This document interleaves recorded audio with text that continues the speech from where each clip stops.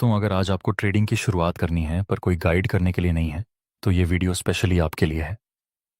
इस वीडियो में हम आपको कंप्लीट रोड मैप बताएंगे कि कैसे ट्रेडिंग को स्टार्ट करनी है, किन किन चीज़ों की ज़रूरत रहेगी, क्या करना है क्या नहीं करना है, सब कुछ। ट्रेडिंग सीखने से पहले आपको सही माइंडसेट के साथ इसकी शुरुआत करनी है। मतलब ऐसा नहीं होना चाहिए कि ट्रेडिंग करेंगे और पैसों को डबल कर देंगे। ये गलत माइंडसेट है। अगर आप इस माइंडसेट के साथ शुरुआत करेंगे तो कभी भी ट्रेडिंग से प्रॉफिट नहीं बना पाएंगे। सही माइंडसेट है कि आप अच्छी तरह से ट्रेडिंग सीखने के बाद मंथली अपने कैपिटल का 8 to 10% बना लें। उसके बाद दूसरा स्टेज आता है कि आपको कौन से मार्केट में काम करना है। अलग अलग मार्केट अवेलेबल हैं जिसमें आप ट्रेडिंग कर सकते हैं, जैसे Indian market, forex market, crypto market. जहां इंडियन मार्केट 9:15 से 3:30 तक ओपन रहता है। फॉरेक्स मार्केट 24 घंटे ओपन होता है, मंडे टू फ्राइडे। और क्रिप्टो मार्केट 24 घंटे ओपन होता है। सप्ताह के 7 दिन आपको ये तीनों मार्केट में एक एक बार पेपर ट्रेडिंग कर लेनी है। उसके बाद आपको जो भी मार्केट कंफर्टेबल लगे उसमें आप काम कर सकते हैं। उसके बाद आपको एक अच्छे खासे ब्रोकर की ज़रूरत पड़ेगी जिसमें आपका डिमैट अकाउंट हो। अगर आपको किसी कंपनी के शेयर्स बाय करने हैं तो सामने कोई इंसान शेयर्स को सेल करने वाला भी तो होना चाहिए। ब्रोकर वह होता है जो बायर्स और सेलर्स को मिलाता है, दोनों के बीच में शेयर्स के ट्रांजैक्शन करवाता है। ये काम के लिए ब्रोकर आपसे कुछ फीस लेगा, दोनों ही पार्टी की तरफ से। इंडियन मार्केट में बहुत सारे ब्रोकर हैं, जैसे ज़ेरोधा, एंजल वन, ऑपस्टॉक्स। लेकिन दोस्तों, आपको अपना ब्रोकर ढूंढने से पहले चेक कर लेना है, क्योंकि आजकल बहुत सारे ब्रोकर फ्रॉड करते हैं। कई ब्रोकर ने अपने क्लाइंट के साथ फ्रॉड किया हुआ है। ऐसा आपके साथ ना हो, इसलिए ज़रूरी है कि आप एक अच्छा और ट्रस्टेबल ब्रोकर फाइंड करें।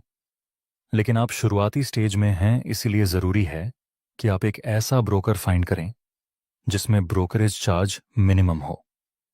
सपोज कीजिए आप 10,000 से ट्रेडिंग शुरू करते हैं और 5,000 का लॉस हुआ।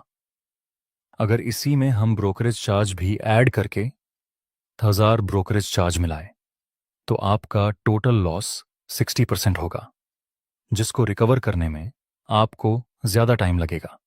इसलिए trusted and come brokerage charge वाला ब्रोकर आपको फाइंड करना चाहिए। तीसरा स्टेज, आपने अच्छे माइंडसेट के साथ शुरुआत की है, मार्केट सिलेक्ट कर लिया, क्रिप्टो, फॉरेक्स या फिर इंडियन मार्केट। आपने अच्छा ब्रोकर भी फाइनल कर लिया।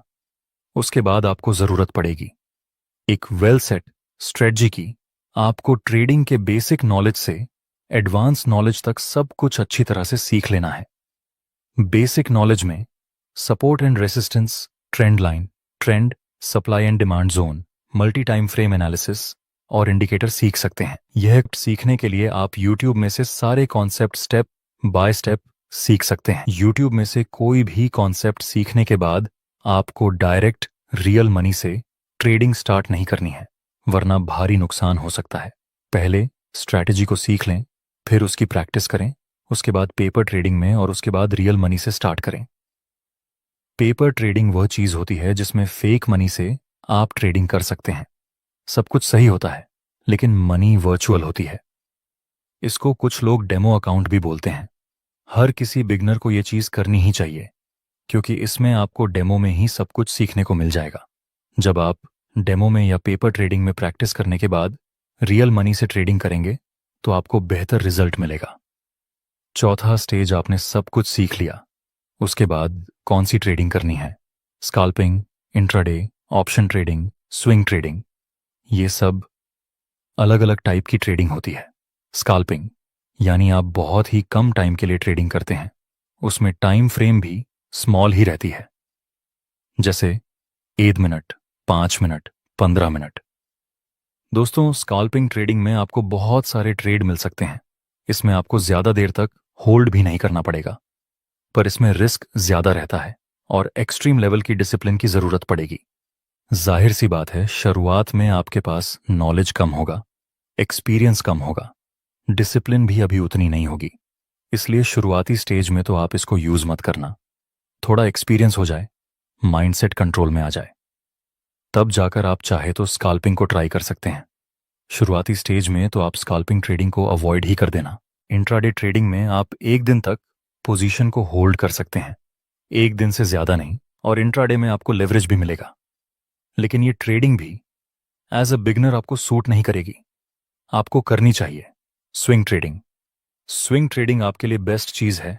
सच कहूं तो स्काल्पिंग और इंट्राडे से भी अच्छा रिटर्न स्विंग ट्रेडिंग में मिलता है, लेकिन इसमें टाइम लगता है।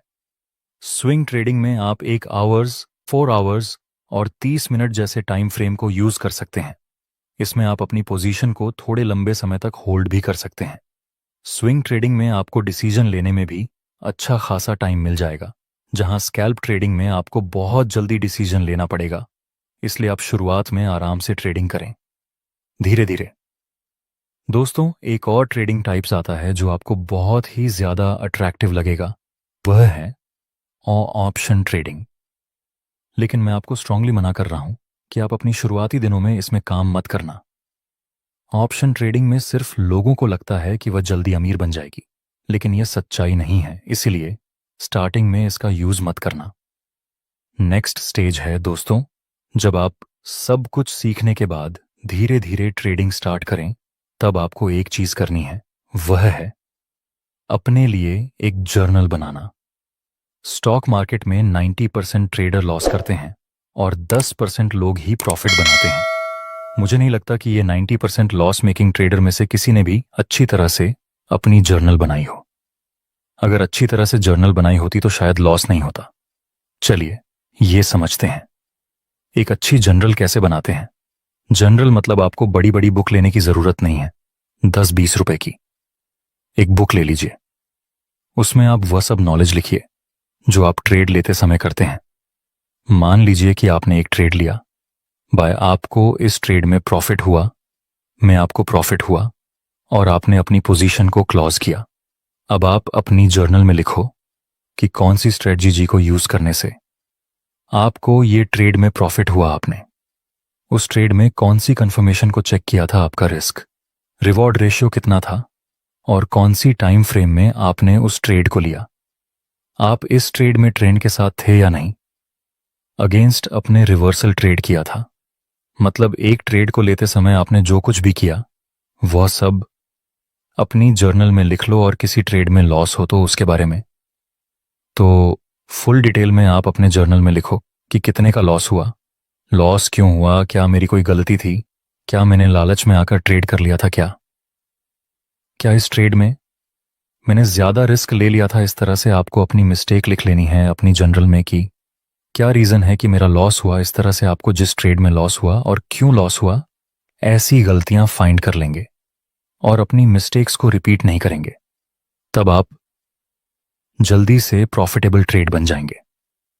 जनरल बनाने का सबसे बड़ा फायदा है कि इसमें आपका पूरा एक्सपीरियंस एक बुक में होता है।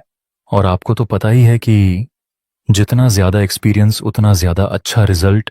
एक दूसरा पॉइंट की अपनी गलतियों से भी सीखना है और दूसरों की मिस्टेक्स को भी रिपीट नहीं करना है। इस तरह से जब आप मिनिमम मिस्टेक्स करेंगे तब रिजल्ट मैक्सिमम मिलेगा। दोस्तों, आपका हमारा वीडियो कैसा लगा उसके बारे में कमेंट में जरूर बताना। अगर आपको अच्छी वैल्यू मिली हो तो एक लाइक जरूर से कर देना।